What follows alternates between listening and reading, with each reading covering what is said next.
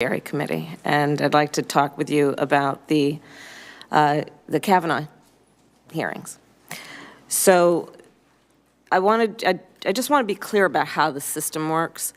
When the FBI was given the direction to do the background investigation as it related to Dr. Ford's allegations, that's an instruction that goes to the FBI from the White House. Is that correct? Not from the Senate? That's correct. And when the FBI was directed then to do that investigation as it relates to those specific allegations, was the FBI given full discretion, or was the scope of the investigation limited by the direction you received from the White House? Well, Senator, I want to be a little bit careful about what I can talk about in this setting. So I'm clear. I'm not asking you for the content of the investigation, understood, just the process. Understood. There are MOUs and other things that go back a ways that govern this, but I think it's important, I would say this, it's important to understand that unlike most investigations, like the sort that you and I and Senator Jones have all been familiar with, traditional criminal investigations, national security investigations, a background investigation is very different. And that is done, our only authority is as requested by the adjudicating agency. The White House in this case is the White House. And I have a lot to cover, and so if we can be as succinct as possible, I appreciate it. And I know there are a lot of details, and I appreciate your point. So in this situation, was your direction limited in scope, or were you given full direct discretion to investigate whatever your agency thought was appropriate to figure out what happened?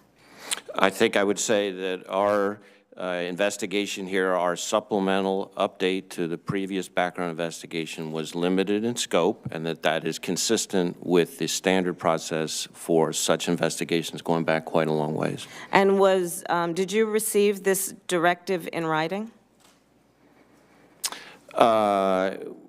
There's been lots of communication as is standard, between the FBI's Security Division and the White House's Office of Security. Was it in writing? And I would expect that there would be written communications, but I can't speak to that here. Can you find the direction and provide it to this committee, the documents? I would have to see what would be appropriate. Okay. And who from the White House communicated the directive? Well, as I said, the communication between the FBI and the White House for nominations, including judicial nominations, is through the FBI's Security Division, which has background investigation specialists, and the White House Office of Security. And that's where the communication always is. And I've spoken with our background investigation specialists, and they have assured me that this was handled in the way that is consistent with their experience and the standard process. Did anyone in your agency receive any direction about the scope of the investigation directly from Don McGahn? Well, I can't speak to what anybody throughout the organization might have received instructions on. My understanding is that the communications occurred between the White House's Office of Security and the FBI's Security Division. Do you know who determined that the FBI would not interview Judge Kavanaugh or Dr. Ford or the list of 40-plus witnesses?